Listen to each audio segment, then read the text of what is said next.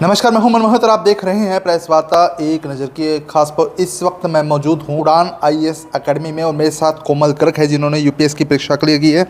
Madam, क्या कुछ कहना चाहेंगे, किस तरह का ये सफ़र रहा, पहले तो आप ये बताइए। सर वो सफ़र तो मैं कहूँगी मुश्किल था, क्योंकि मेरी जर्नी काफ़ी लंबी रही है। 3 साल मैंने मेहनत करी है इस एग्ज़ाम को क्लियर करने के लिए, लेकिन अब क्लियर होने के बाद बहुत अच्छा लग रहा है। फैमिली वालों को देख के, स्पेशली पेरेंट्स को प्राउड देखकर बहुत अच्छा लग रहा है सर। उड़ान से आपने कोचिंग ली है तो किस तरह का एक्सपीरियंस रहा और आपको टीचर किस तरह से गाइड करते थे? सर मैंने उड़ान से इंटरव्यू गाइडेंस प्रोग्राम के लिए ज्वाइन किया था, तो अभिषेक शर्मा सर के गाइडेंस में था। तो सर ने काफ़ी हेल्प करी थी मेरी इंटरव्यू में। उन्होंने ये बताया कि एक्चुअल में कोई क्वेश्चन पूछते हैं तो क्या सोचकर आंसर देना है, कि आप पहले रुको, फिर उसका बेस तैयार करो कि क्वेश्चन का क्या सोचकर आंसर देना है। और हमने काफ़ी बैठकर 1 महीना अप्रोक्स काफ़ी डिस्कस करे थे, बहुत सारे topics, social issues, international affairs और इंडिया का डेवलपमेंट कैसे हो रहा है, काफ़ी हमने डिस्कस करे और मेरा एक्चुअल इंटरव्यू में भी वो नॉलेज हेल्प करी है। यूपीएस का एग्ज़ाम काफ़ी डिफ़िकल्ट एग्ज़ाम होता है, तो चैलेंज किस तरह के रहे पूरे एग्ज़ाम को क्लियर करने में? चैलेंज तो मैं कहूँगी फियर ऑफ अनसर्टेनिटीज़ में रहता है, क्योंकि पता नहीं चलता कि आप कौन सी लेवल पे आउट हो जाओगे इस स्टेज से लेकर, और फिर आपको बिगनिंग से स्टार्ट करना पड़ता है। तो वो थोड़ा डर रहता है कि क्लियर होगा ही नहीं एग्ज़ाम, बस ये चैलेंज था। और कंसिस्टेंसी मेंटेन करना भी एक चैलेंज था कि डेली आपको 8 से 10 घंटे पढ़ना पड़ेगा इस एग्ज़ाम के लिए। कितना सपोर्ट उड़ान की तरफ से आपको रहा है, अगर उड़ान की बात की जाए तो इस पूरे एग्ज़ाम को क्लियर करने में, और किस तरह की रिकमेंडेशन करना चाहेंगे, क्योंकि बड़े शहरों में जब हम जाते हैं तो मोर देन ज़्यादा राशि खर्च करनी पड़ती है एग्ज़ाम को क्लियर करने में? उड़ान आईएएस अभी रिसेंटली खुला है सिरसा में, तो मैं कहूँगी काफ़ी अच्छा इंस्टीट्यूट है। सर के पास, सर का खुद का एक्सपीरियंस भी रहा है यूपीएससी में, और उनकी नॉलेज भी काफ़ी अच्छी है। मतलब उनका पढ़ाने का तरीका काफ़ी अच्छा है। वो बताते हैं कि बच्चों को एकदम बेसिक से कैसे तैयारी करनी है। तो मैं कहूँगी काफ़ी ह्यूज कॉन्ट्रीब्यूशन रहा है मेरे सक्सेस में। जिज्ञासाएँ बड़ी रहती थी आपके सवाल जानने में, इतनी जिज्ञासाएँ कहाँ से पैदा होती थी? सर डेली न्यूज़पेपर पढ़ते थे, बुक्स पढ़ते थे, तो थोड़ा ऐसा हो जाता था कि एकेडमिकली बस हम बुक्स में ही रह जाते थे, लेकिन इंटरव्यू के अंदर हमें प्रैक्टिकल नॉलेज ज़्यादा हेल्प करती है। तो सर ने मुझे काफ़ी हेल्प करी थी कि प्रैक्टिकली कैसे चीज़ को एनालिसिस करना है और उसका आंसर फॉर्म करना है। तो जिज्ञासा के लिए मैं कहूँगी कि डेली नई नई चीज़ें जब पढ़ने को मिलती थी, तो रिसेंट वाला तो न्यूज़पेपर में पढ़ लेते थे, लेकिन उसका पास्ट एनालिसिस वो सर मुझे मतलब हेल्प करते थे कि हाँ पास्ट में ऐसे न्यूज़ फॉर्म हुई है ये चीज़। तो काफ़ी मज़ा आता था डेली डिस्कशन करने में भी। अच्छा, कितना समय लगता था दिल्ली इंस्टीट्यूट की बात की जाए, कितने से कितने बजे तक आपकी पढ़ाई होती थी, और किस किस तरह की बातें आपको बताई जाती थी जो भविष्य में बड़े काम आती थी? क्या कभी ऐसा भी हुआ है कि किसी मतलब जो टीम वगैरह हुआ ये से उनसे आपकी चर्चा करवाई गई हो और आपने तमाम वो फैक्ट्स जाने हो इंटरव्यू को लेकर? सर मैंने यहाँ पे मॉक इंटरव्यू भी कंडक्ट करवाया था सर ने मेरा, तो उसमें भी काफ़ी हेल्प हुई थी, क्योंकि वो मेरा फर्स्ट इंटरव्यू था लाइफ का। मैंने कभी इंटरव्यू दिया नहीं था इससे पहले, तो काफ़ी हेल्प हुई थी कि हाँ मैं आंसर दे सकती हूँ, मेरा कॉन्फिडेंस लेवल चेक करने के लिए, और मेरी मेंटल एबिलिटी की मैं सोच पा रही हूँ कि नहीं। तो काफ़ी हेल्प हुई थी, और सर ने काफ़ी हेल्प करी थी इस चीज़ में मेरी।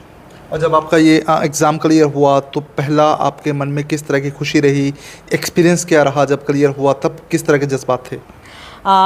एक बार तो पीडीएफ में देखकर हम सभी रो पड़े थे घर वाले, क्योंकि बहुत ज़्यादा खुशी हुई थी। एकदम डर भी बैठा हुआ था मन में कि हाँ लास्ट स्टेज ऐसा ना हो कि बाहर हो जाए स्टेज से, लेकिन बहुत फैमिली का, पेरेंट्स का सपोर्ट रहा और हमने ये क्लियर किया। तो सब रो रहे थे, लेकिन वो खुशी के आंसू थे सबके। अच्छा, डिसिप्लिन को लेके पूरा मेंटेनेंस सही होगी? कई बार सर ने आपको डांट भी लगाई होगी अगर आपने डिसिप्लिन तोड़ने की कोशिश की होगी, या सब कुछ मैनेज था? नहीं, डिसिप्लिन में तो सच में मैं कभी ऐसा भी हो जाता था कि छुट्टी कर लेती थी, मन नहीं करता था, और ऐसा होता था कि बहुत हो गई स्टडी, लेकिन सर ने हेल्प करी थी। और मुझे तो ये डर रहता था कि सर होगा या नहीं होगा। सर ये बोलते थे ये सोचना ही नहीं है होगा या नहीं होगा, यही सोचना है कि होगा ज़रूर, कि पॉजिटिव थिंकिंग रखनी है, तो इसमें हेल्प करी। तो फैमिली एंड सेफ माहौल पूरा मिला इंस्टीट्यूट में आपको? हाँ जी, वो एकदम फुल सपोर्ट रहा था कि फैमिली का ऐसे कि हाँ कैसे डिसिप्लिन मेंटेन करना है, कैसे पढ़ाई करनी है, फुल सपोर्ट रहा। अब आपके सपनों को उड़ान मिल चुकी है, लोगों से क्या अपील करना चाहेंगे इंस्टीट्यूट को लेकर ताकि उनके भी सपनों को उड़ान मिले?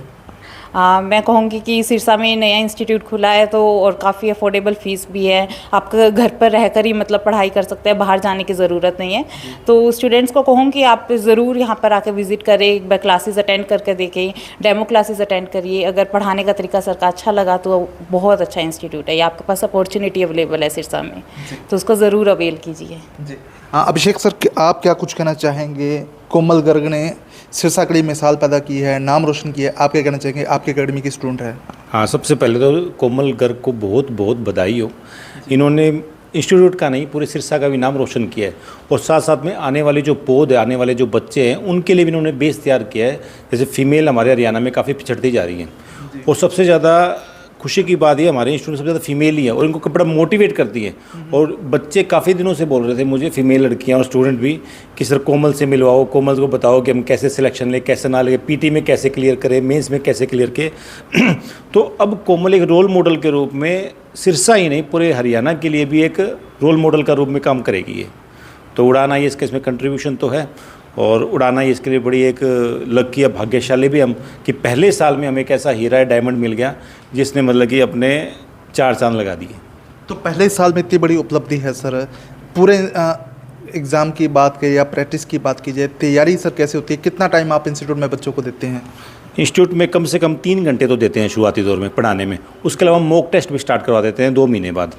और मॉक टेस्ट में जैसे UPSC में जैसे क्वेश्चन आते हैं, उसी प्रकार के क्वेश्चन पूछे जाते हैं, कि उसी प्रकार का PT से लेके इंटरव्यू तक सारे क्वेश्चन पूछे जाते हैं हम। और उसी प्रकार का मॉक टेस्ट तैयार करवाया जाता है, PT का, मेंस का और इंटरव्यू का। उसी प्रकार का माहौल तैयार करवाया जाता है। कि जैसे कि आपको एग्जांपल बताऊं, कि हर स्टूडेंट को हर सैटरडे को एक टॉपिक दिया जाता है कि आप सोशल पॉलिटिकल इश्यू पे कोई टॉपिक तैयार कीजिए, और उस टॉपिक पे हर सैटरडे को मॉक टेस्ट भी होता है। इससे क्या होता है, उनका माइंड का एक्सप्लोरेशन भी बढ़ता है, माइंड की रिसर्च कैपेबिलिटी भी बढ़ती है, और माइंड में एक मेमोरी पावर भी बढ़ती है। तो इस प्रकार से होलिस्टिक तरीके से हम तैयारी करवाते हैं IAS की। अच्छा, कैसे सब कुछ मैनेज होता है सर? डिसिप्लिन कैसे मैनेज करते हैं? पढ़ाई में कितना समय देते हैं? और IAS की बात करें तो कितने टाइम में क्लियर हो जाता है, या कितने कितने टाइम के बाद वो एग्ज़ाम दोबारा दे पाते हैं? एक्चुअली 1 साल 2 साल लगते हैं इसकी तैयारी को। 1 साल तो एग्ज़ाम की तैयारी हो गया, और 1 साल हो गया एग्ज़ाम का पूरा प्रोसेस। इसमें डिसिप्लिन और कंसिस्टेंसी बहुत ही ज़रूरी है।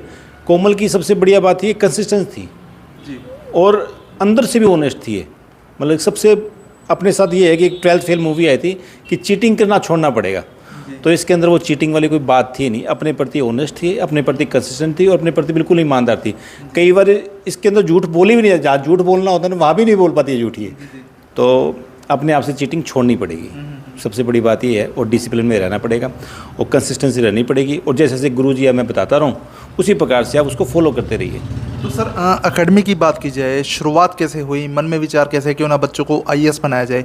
क्या कुछ कहना चाहेंगे? एक्चुअली जी, पहले मैं दिल्ली में श्री राम IAS में टीच करता था, तो वहाँ मेरे अंडर वैसे 50 से ज़्यादा स्टूडेंट सेलेक्ट हो चुके हैं। तो मुझे एक पूरा अनुभव है कि बच्चे कैसे फेल होते हैं, कैसे पास होते हैं।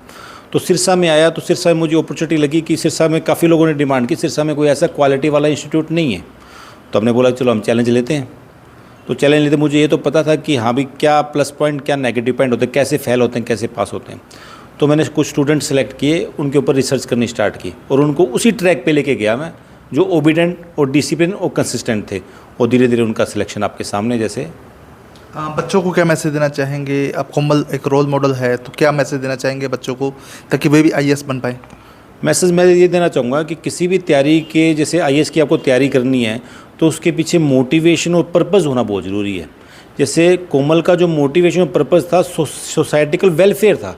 मैं इसको जितने टाइम से जानता हूँ, इसके मन में कभी ऐसी बात नहीं आई कि मुझे पावर चाहिए, मुझे पैसा चाहिए। इसके मन में यही था कि मेरा जो पर्पज़ है ना लाइफ का, जो छोटी सी लाइफ मिली हमें, उसमें मैं सोशल वेलफेयर के काम कैसे करूं, विमेन एम्पावरमेंट के काम कैसे करूं। तो सबसे पहले तो कोई भी IAS IPS बनना चाहता है, उसके लिए उसको पर्पज़ की तलाश करनी पड़ेगी, उद्देश्य की तलाश करनी पड़ेगी कि आपके लाइफ का लक्ष्य क्या है आखिर में। अगर आपका लाइफ का लक्ष्य पैसा कमाना है तो इस सर्विस में मत आइए। अगर आपका लाइफ में वाकई में पर्पज़ है सोसाइटी के डाउन ट्रोडन सोसाइटी को वेलफेयर ओरिएंटेड करना, तो आप आइए। अगर समाज का कल्याण करना है तो आइए, इसमें काफ़ी अपॉर्चुनिटी है। तो सबसे पहले आपको अपनी थीम, अपना पर्पज़, अपना लाइफ का उद्देश्य जानना पड़ेगा, तब इस सर्विस में आना का फ़ायदा है।